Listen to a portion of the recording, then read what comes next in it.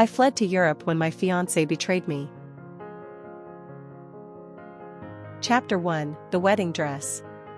The night before my wedding, I quietly sold the luxury penthouse that had taken me 8 years to pay off, packed my bags, and flew to Europe alone. As for my fiancé, Nolan Vance, I heard he nearly lost his mind searching for me. The unraveling of my perfect life began the day before, while I was visiting my hometown in upstate New York to finalize some family estate paperwork. While scrolling through social media in my hotel room, I stumbled across a short video clip posted to a public fashion account. In the video, my soon-to-be husband was standing in the VIP suite of an elite Manhattan bridal boutique. He was patiently, lovingly adjusting the long, diamond-encrusted train of a wedding dress. It was the dress I had spent 3 months designing myself, before commissioning a French artisan to bring it to life. But I wasn't the one wearing it. The woman twirling in front of the mirror, the rhinestones catching the boutique lights, was Maya. I had known Maya for 10 years. She was an impoverished, brilliant student from a broken home whom Nolan and I had financially sponsored through high school and college. We paid her tuition. We bought her groceries. On the day Nolan knelt down to propose to me, Maya had hugged me and sobbed, telling me she would always treat me like family. Now, the girl I had personally lifted from the mud was wearing my wedding dress, leaning her head on my man's shoulder, and kissing his cheek in front of the fitting room mirror. I stared at the screen for a long time. The silence in my hotel room was absolute. Finally, I picked up my phone and called Nolan. "Hey, darling," he answered, his voice smooth and warm. "I heard from the boutique manager that you already picked up the main wedding dress?" I asked, my voice terrifyingly calm. "Did you want to surprise me?"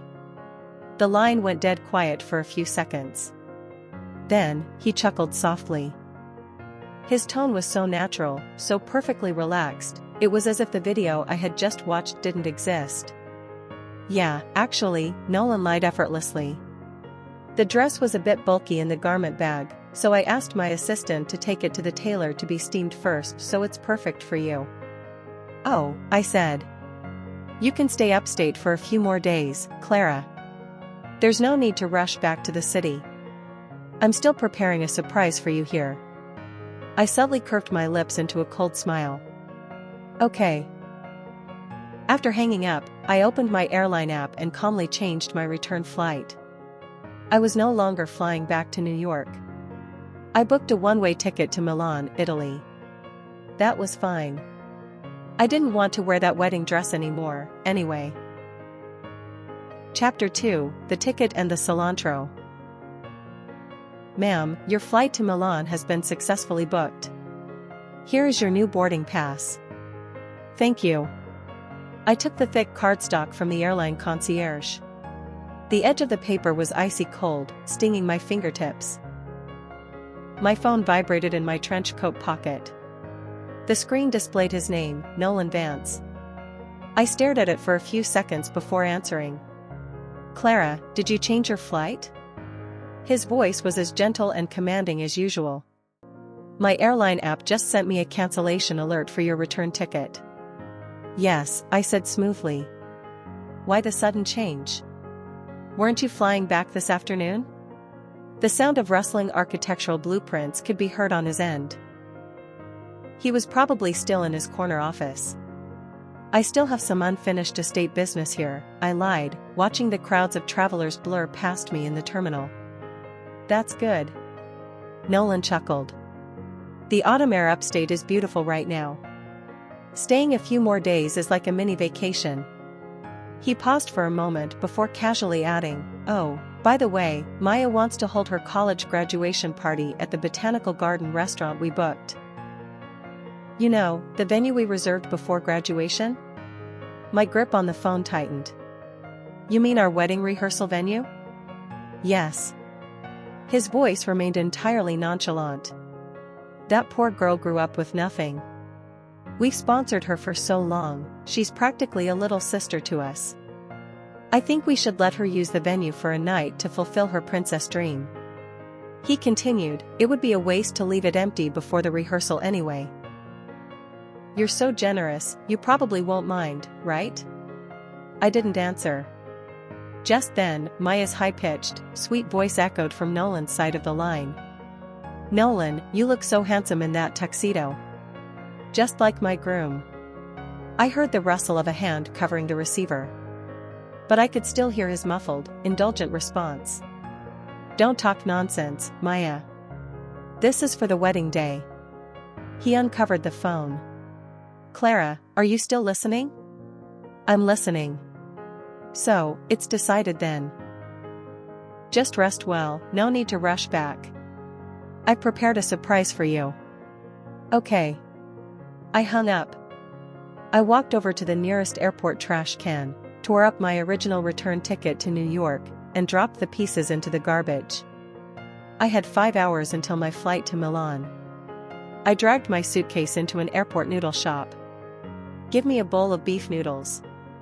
Absolutely no cilantro, I told the cashier. When the steaming bowl arrived, it was covered in a thick layer of chopped, fresh green cilantro. I wasn't angry. I didn't yell at the waiter. I just silently picked up my chopsticks, bowed my head, and meticulously picked out every single sprig of cilantro, piling them on a napkin. Before, every time I ate with Nolan, he would passionately remind the waiters at least 3 times, my fiancé is highly allergic to cilantro. Absolutely do not include it. But now, he didn't even care enough to remember what day I was supposed to fly home to marry him. My phone screen lit up. A message from Maya. It was a photo. In the picture, she was wearing my custom wedding dress. The rhinestones I had spent weeks placing caught the light perfectly. She was leaning her head against Nolan's shoulder, making a playful peace sign in the mirror. Nolan's face was slightly blurred, but his adoring smile was unmistakable. Below the photo was an audio message. Clara. Nolan said it would be a tragic waste to leave this stunning dress sitting in a garment bag gathering dust, so he let me try it on just to get a feel for it. You aren't mad at me, are you? I listened to the voice memo all the way through. A drop of hot broth from my noodles splashed onto the back of my hand. I pulled out a napkin, wiped it clean, and slowly typed back. Not mad at all. The chat bubble showed her typing for a long time, but no new message arrived. I exited the chat and opened the shared cloud drive Nolan and I used to plan the wedding. I clicked on the folder labeled Wedding Preparations. A password prompt appeared. He had changed the master password half an hour ago. But I knew his backup password architecture. I typed in his birth year followed by Maya's initials. The folder unlocked. There was no guest list. There was no catering menu. There were only dozens of high-definition video files. They were all titled variations of Maya's bridal try-on vlog. I clicked the first video. Nolan was kneeling on one knee on the boutique floor, patiently adjusting the train of Maya's dress. Be careful, Maya. Watch your step on the silk, his recorded voice murmured, his gaze suffocatingly gentle. Thank you, Nolan. You're so good to me, Maya beamed, bending down to kiss his cheek. Nolan didn't pull away. He just smiled helplessly and playfully tapped her nose. Naughty. I stared at the screen, my stomach physically churning. That nose tap was a specific, intimate gesture he had only ever used when proposing to me. I closed the app and placed my phone face down on the table. The noodles had gone cold, a layer of grease congealing on the surface. I stood up, grabbed the handle of my suitcase, and walked away. Chapter 3: The Asset Liquidation. I didn't stay upstate. I needed to return to the city to liquidate my life before my connecting flight to Milan. When my plane landed in Manhattan at 2 p.m., I didn't text Nolan. I took a black car straight to the premier real estate brokerage in the financial district. Ms. Hayes, are you absolutely certain you want to list this luxury penthouse? The senior broker looked at the property deed, his tone shocked. This apartment is in a prime location. According to the records, you just finished a massive, custom renovation less than 6 months ago. I am absolutely certain, I said, taking a sip of water. My only requirement is a full cash buyer, and I need the transaction expedited immediately. To secure the cash, listed at 15% below market value. The broker's eyes lit up with predatory glee. Ms. Hayes, at that price point with a cash requirement, I guarantee I will have a buyer locked and funds wired within the week. I had bought that penthouse in full, with my own money, before I ever met Nolan. The title deed was exclusively in my name. But because Nolan had moved in, he casually referred to it as our honeymoon home, assuming it was joint property by proxy. After signing the irrevocable power of attorney for the sale, I walked out of the brokerage. Directly across the street was the Botanical Garden restaurant we had booked for our wedding rehearsal. The entire exterior glass wall was currently surrounded by a massive sea of imported pink Ecuadorian roses. Nolan had bought out a luxury florist, having the roses flown in overnight. I stood on the sidewalk, watching silently. 2 months ago, I had casually mentioned to Nolan how much I loved pink roses. He had promised me that on our wedding day, I would be surrounded by an ocean of them. Now, the ocean was here. But the bride had changed. I crossed the street and stood near the floor-to-ceiling windows. Inside, a private rehearsal was taking place. Maya, wearing a white cocktail dress, stood in the center of a petal-strewn stage. Nolan, wearing his custom-tailored groom's tuxedo, stood opposite her. Nolan, this ring is stunning, but it's a little loose on me, Maya pouted, holding up her right hand. Sparkling on her ring finger was my engagement ring. The ring I had designed. The ring that had my initials and Nolan's engraved on the inside band. Nolan took her hand, examining it closely. It is a bit big. That's okay, I'll have the jeweler size it down for you tomorrow. Really? But isn't this your wedding ring for Clara?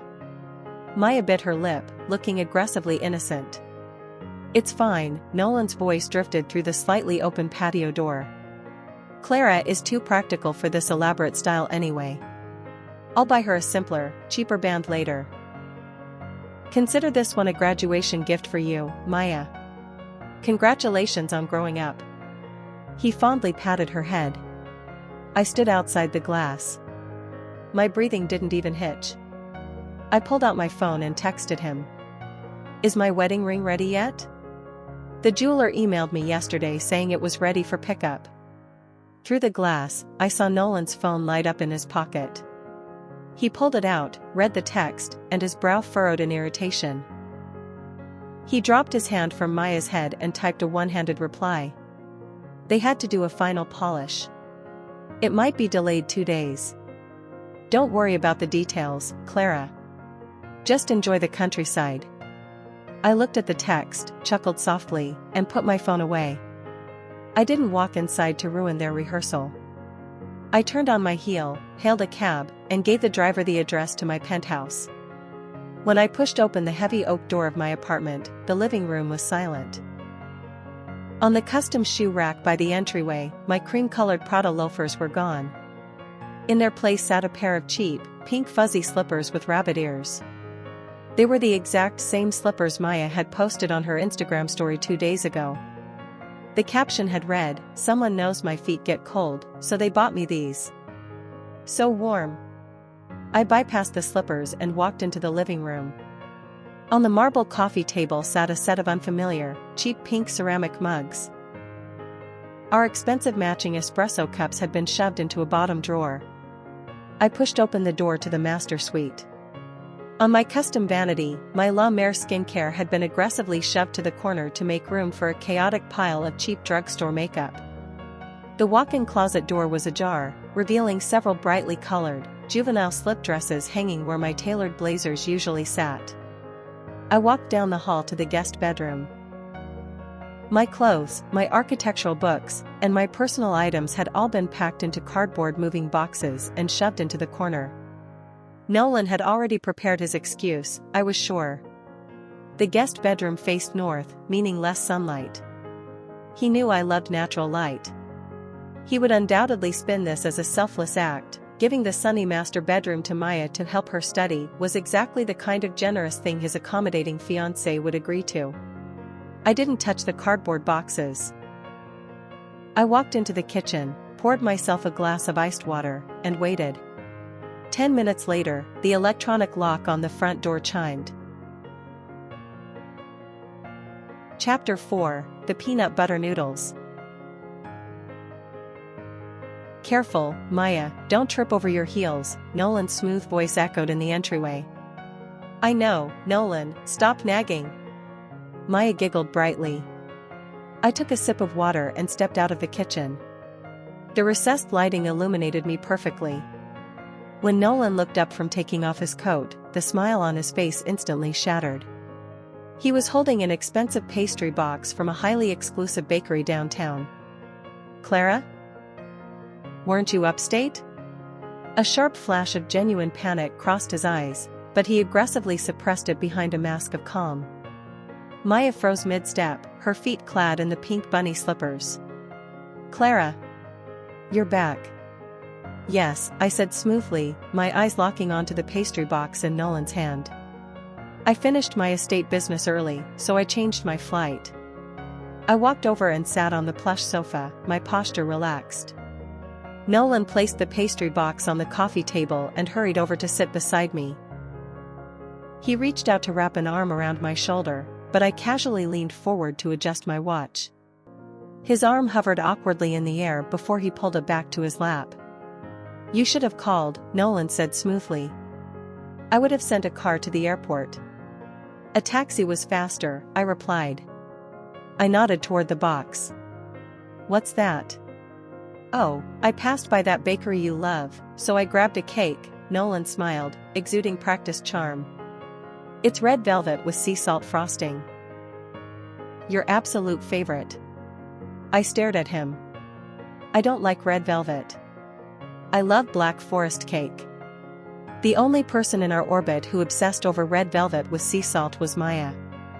"Nolan, you're mistaken," Maya chimed in, her voice dripping with artificial sweetness and a subtle, venomous pride. "Clara likes black forest. I'm the one who loves red velvet." Nolan blinked, feigning a realization. He slapped his forehead. "Look at my memory. I've been so overwhelmed with finalizing the wedding vendors that my brain is fried." He looked at me, his eyes swimming with manufactured apology. "I'm so sorry, Clara. I'll get you the right one tomorrow." "It's fine. I'm not hungry," I said. I shifted my gaze toward the master bedroom. "Why has the apartment been rearranged?" Nolan followed my gaze, clearing his throat. "Right. Well, Maya's dorm lease ended, and she hasn't found a safe apartment yet. I didn't want her renting in a dangerous neighborhood, so I offered her the guest room for a few days." He leaned in, using his most persuasive, logical tone. "The master bedroom has better lighting for her to prep for job interviews. I figured since you were upstate anyway, I'd temporarily move your things to the guest room so she could study." "You're always so empathetic, Clara. I knew you'd understand." I knew you'd understand. It was his favorite psychological weapon. He would execute blatant disrespect, frame it as a noble sacrifice, and place me on a pedestal of understanding. If I got angry, I wasn't just mad, I was being unreasonable, selfish, and difficult. "I understand," I said softly, standing up. "I'm exhausted from the flight. I'm going to bed." I walked into the guest room and quietly shut the door. No screaming. No accusations. Through the drywall, I heard Nolan let out a massive sigh of relief. "Nolan, is she mad at me?" Maya whispered loudly. "No, she's just tired. Clara is easygoing. She doesn't care about stuff like this," Nolan assured her. "Come here, eat your cake. I got your favorite." I sat on the edge of the stiff guest bed. The room was dark, save for the streetlights bleeding through the blinds. I opened the notes app on my phone. Cancel wedding planner. Check. Sell penthouse. Check. Book flight to Milan. Check. The next morning, when I woke up, Nolan had already left for his corporate office. A brown paper takeout bag sat on the kitchen island, pinned with a sticky note. "Clara, ordered you breakfast from that spot you love. Eat it while it's hot. Nolan." I opened the bag. The overwhelming scent of roasted peanuts hit my face. It was a container of spicy peanut noodles. I am severely, deathly allergic to peanuts. Nolan had known this since our second month of dating. Early in our relationship, he had taken me to a Thai restaurant, and cross-contamination had landed me in the ER. He had sat by my hospital bed for 3 days, weeping, vowing he would protect me from ever touching a peanut again. I stared at the noodles. I picked up the wooden chopsticks, grabbed a small clump of noodles, and placed them in my mouth. The rich, heavy taste of peanut butter coated my tongue. I swallowed. Then, I threw the entire container, bag and all, into the trash. 10 minutes later, the hives started blooming across my neck. My throat began to tighten, my breathing growing shallow and ragged. I didn't panic. I calmly walked to my purse, pulled out my prescription antihistamines, swallowed 2 dry, and drank a massive glass of water. My phone buzzed. A text from Nolan. "Did you eat the noodles? Maya said the line for that place is always crazy." I stared at the screen, my vision slightly blurred as the anaphylaxis fought the medication. I held down the audio record button. My voice was hoarse, thick, and genuinely struggling for air. I ate them. They were delicious. I hit send. Nolan didn't reply. He didn't call to ask why I sounded like I was choking. He didn't care. I leaned back against the kitchen counter, closing my eyes, and waited for the swelling in my throat to subside.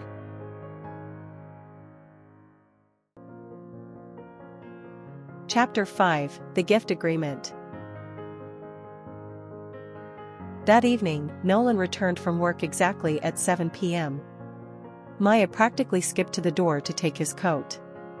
"How was the job interview, Maya?" he asked warmly. "Amazing. The HR director said I can start next week," she beamed, hanging his coat in my closet. Nolan walked into the living room, pulling a thick stack of legal documents from his leather briefcase. He set them on the coffee table and sat across from me. "Clara, we need to discuss something important," he said, shifting into his serious, business negotiator posture. "Maya's new boyfriend comes from a very wealthy family. They are incredibly traditional, and they look down on Maya because she doesn't own property." He paused, monitoring my face. I gave him absolutely nothing.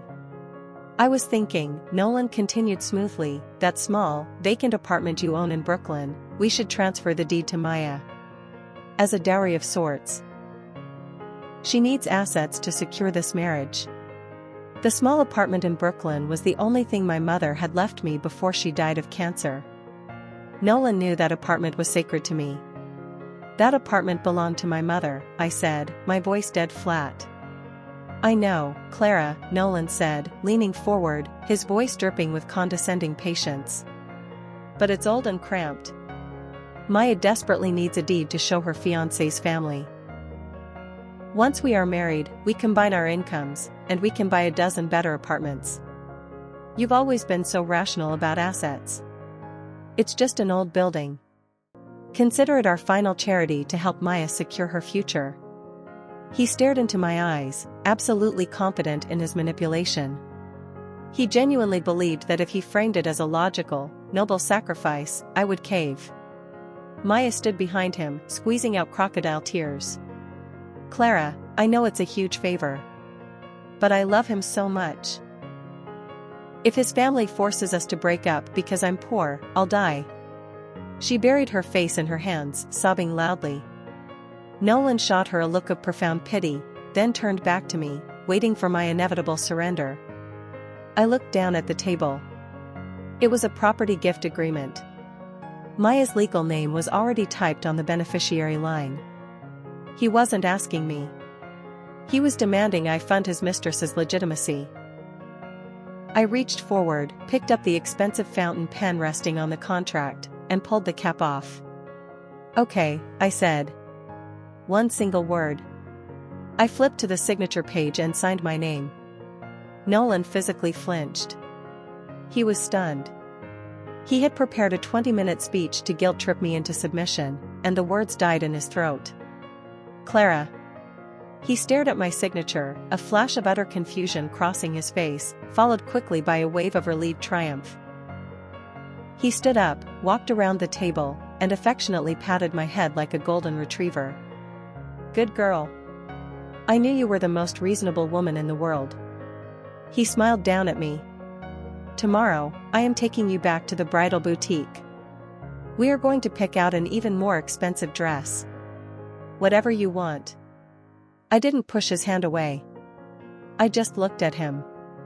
Resting on the pristine collar of his white dress shirt was a long, chestnut brown hair. Maya's hair color. And smudged faintly on his cuff was a streak of pink lip gloss. I nodded slowly. "Okay." Chapter 6: The Shredder.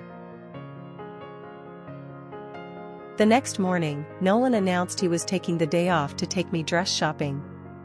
"A high-end Italian designer just opened a showroom downtown," he said smoothly, adjusting his watch. "I booked us a VIP slot at 10 a.m. Get dressed." I sat at the kitchen island, watching him fold the jacket Maya had worn yesterday to take to the dry cleaners. "I'm not going," I said, finishing my espresso. Nolan paused. "Why? Are you feeling sick?" He stepped toward me, instinctively reaching to check my temperature. I tilted my head, evading his hand. "My real estate broker scheduled a cash buyer viewing for this morning." Nolan frowned. "A viewing? For what property?" "This penthouse," I said calmly. "I'm selling it." Nolan froze. The color drained from his face. "Selling it? Why would you sell this place? We just poured $100,000 into the renovation. The location is perfect for when we have kids." "I need liquid capital," I said, standing up and rinsing my cup in the sink. "You don't need to sell our home." Nolan's voice rose in genuine panic. "How much cash do you need? I can wire you funds from my portfolio." "I don't want your money," I said, drying my hands. "The deed is in my name. I paid for it in full. I am liquidating the asset." Nolan stared at me, a flicker of sheer horror in his eyes. For the first time in 5 years, the reality hit him. The multi-million-dollar luxury penthouse he had been living in, playing house with his mistress in, didn't actually belong to him. He had zero legal claim to it. "Clara, are you doing this to punish me?" He took a deep breath, deploying his crisis management voice. "Is this because I let Maya stay in the master suite? Or the Brooklyn apartment? Because if you're upset, I will kick Maya out today, and I'll tear up the gift agreement." "I am not punishing you," I said, utterly devoid of emotion. "I am simply selling the apartment." The doorbell chimed. It was the broker, arriving with a wealthy foreign investor. Nolan stood frozen in the center of the living room, watching helplessly as I confidently walked the stranger through the penthouse, highlighting the custom finishes. "Ms. Hayes, my client is prepared to offer a full cash buyout at your asking price," the broker beamed. "We can initiate the escrow transfer this afternoon." "Perfect," I smiled. "Let's draw up the paperwork." Nolan turned on his heel, stormed into the guest bedroom, and slammed the door so hard the drywall shook. By that afternoon, the cash deposit was secured in my offshore account. I returned to the penthouse to pack my final bags. When I pushed open the door to the guest bedroom, Maya was standing over my drafting desk. In her hand was a mug of black coffee. Spilled entirely across my open leather sketchbook was a massive, dark puddle of liquid. It was the sketchbook I had used for 3 years to design my wedding dress, the floral arrangements, and the venue layout. When Maya saw me, she dramatically gasped, frantically dabbing at the soaked pages with a single tissue. "Oh my God! Clara, I'm so sorry. I was just admiring your sketches and my hand slipped." Her eyes instantly welled with practiced tears. Nolan heard the commotion and rushed into the room. What happened? Nolan, I ruined Clara's wedding book. Maya whimpered, burying her face in his chest. Nolan patted her back soothingly, then looked at the ruined, unsalvageable sketches. Clara, she didn't mean it, Nolan sighed, sounding exhausted by the drama. Besides, the dress is already made. These are just messy drafts now. Don't throw a fit and scare her. You can just redraw them if you really want. He dismissed 3 years of my passion as messy drafts. I looked at the sketchbook. It didn't just hold wedding designs. It held charcoal sketches I had drawn of Nolan over the years. Nolan sleeping. Nolan reading. Nolan smiling.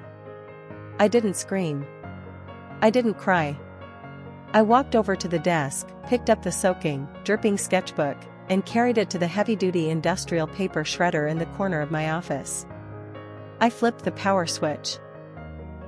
With a deafening, violent grind, the book containing all my hopes, dreams, and love for Nolan Vance was mercilessly chewed into 1,000 unrecognizable shreds. Nolan watched me, his brow furrowing in deep annoyance.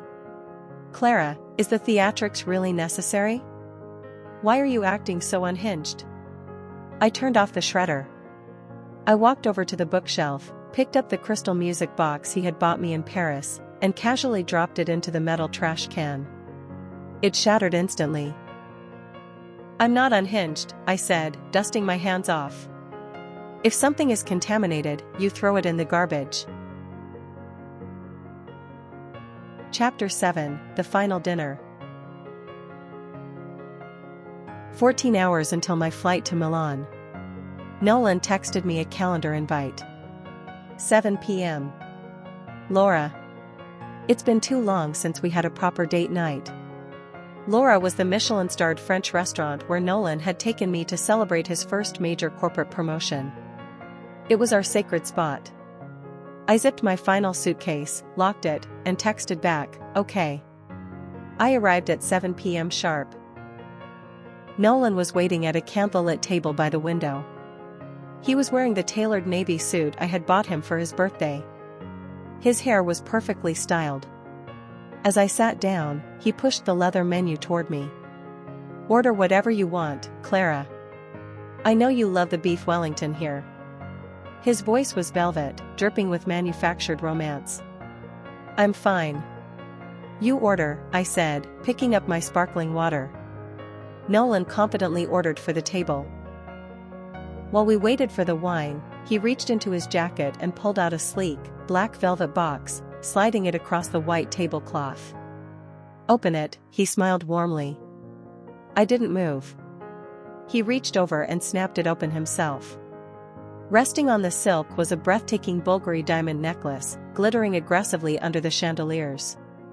I know I missed your birthday last week, Nolan said, his eyes radiating fabricated guilt. Work was insane.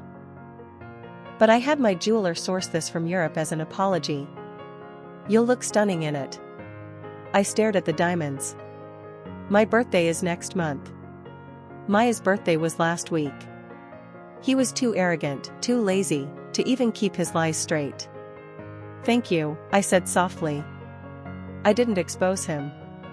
I calmly reached over, snapped the box shut, and pushed it to the side of the table. Nolan looked slightly thrown by my lack of enthusiasm, but he recovered quickly. He reached across the table to grab my hand. I casually pulled my hand back, resting it on my lap. His fingers grasped empty air.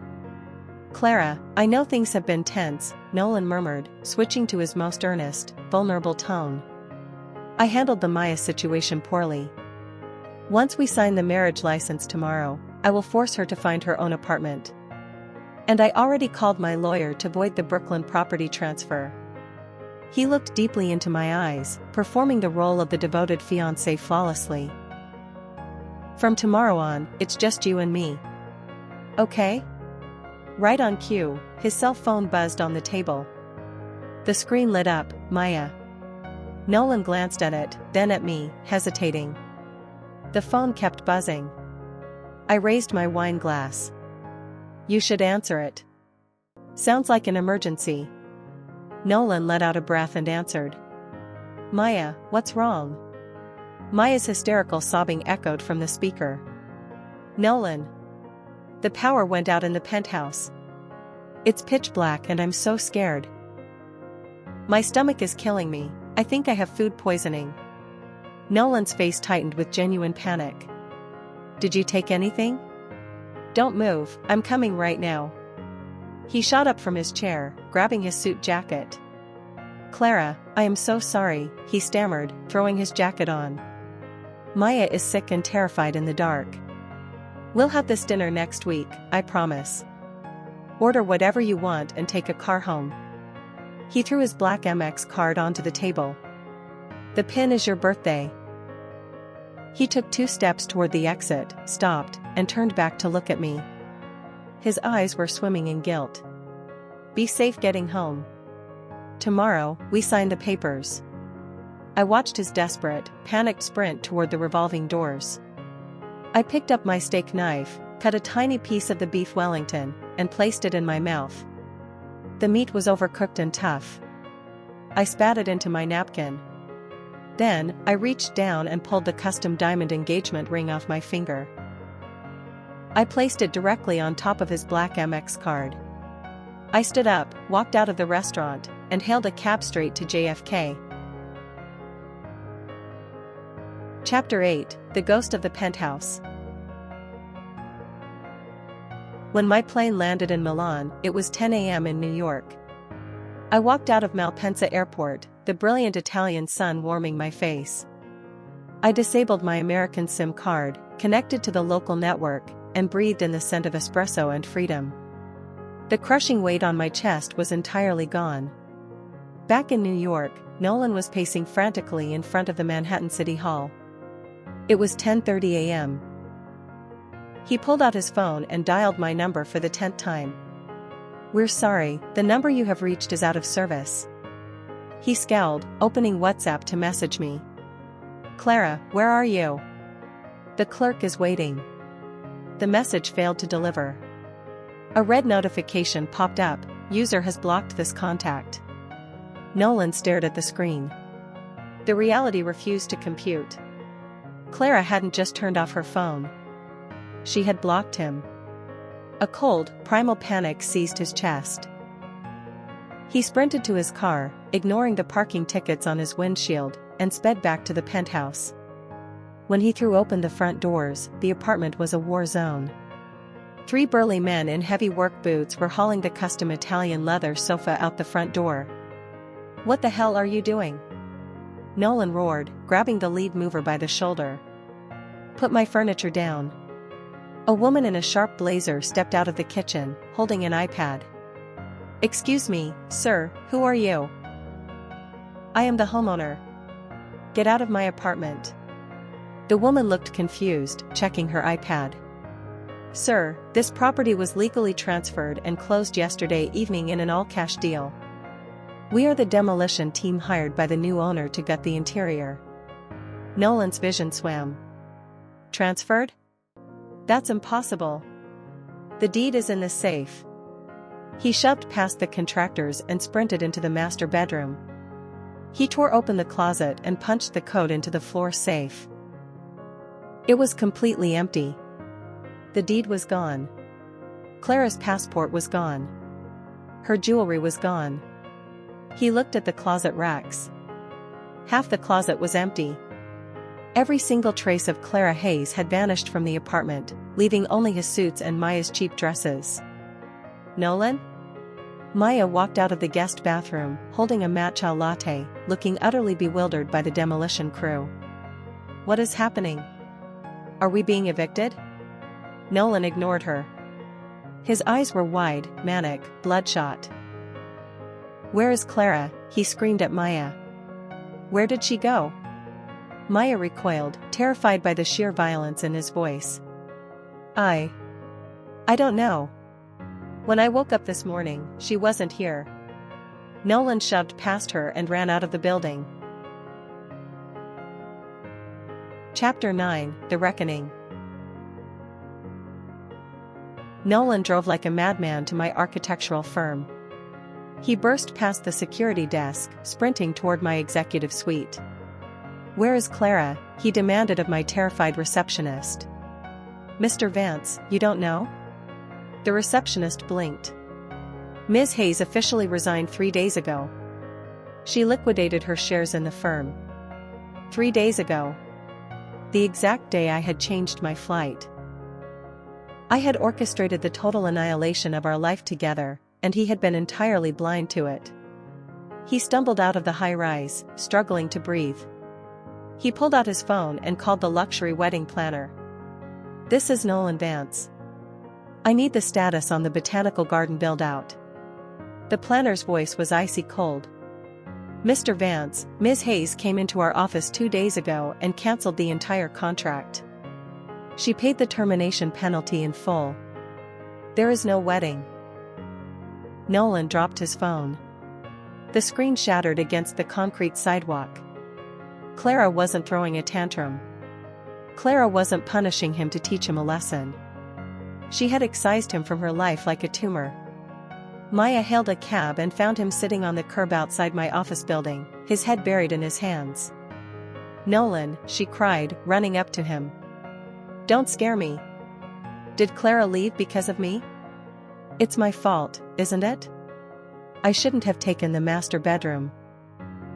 I'll move out today, I promise." Nolan looked up at the woman he had destroyed his life for. He looked at her manufactured, innocent tears, her helpless demeanor. Suddenly, he felt a wave of profound, suffocating disgust. Because of this pathetic, manipulative girl, he had lost Clara. Clara, the brilliant, ruthless, beautiful woman who had built an empire with him. He had taken her silent tolerance as weakness. He had mistaken her grace for stupidity. "Get away from me," Nolan whispered, his voice toxic. "What?" Maya stammered. "I said get away from me." Nolan roared, standing up and towering over her.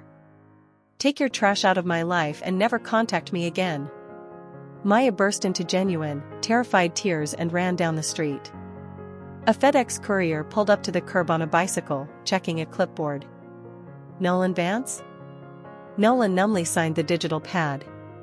The courier handed him a thick, legal envelope. Nolan tore it open. Inside was a formal termination of sponsorship contract. It detailed the exact figure, $142,000, that Clara had personally paid to fund Maya's tuition and living expenses over the last decade. The contract formally dissolved all financial ties to Maya. Tucked behind the contract was a glossy 8x10 photograph. It was the photo of Maya wearing my wedding dress, kissing Nolan in the mirror. On the back of the photo, written in my elegant, unmistakable handwriting in dark red ink, was a single sentence. "The dress looks cheap on her. She can keep it." Nolan fell to his knees on the Manhattan sidewalk. The paper scattered into the wind. He finally realized that Clara hadn't just watched his betrayal. She had curated his destruction. Chapter 10: The Bitter Espresso. 1 year later. Milan, Italy. Piazza del Duomo. I was wearing a pristine white trench coat, sitting on the sun-warmed marble steps of the cathedral. I was tossing breadcrumbs to a flock of white pigeons at my feet, enjoying the absolute peace of my new life. "Clara."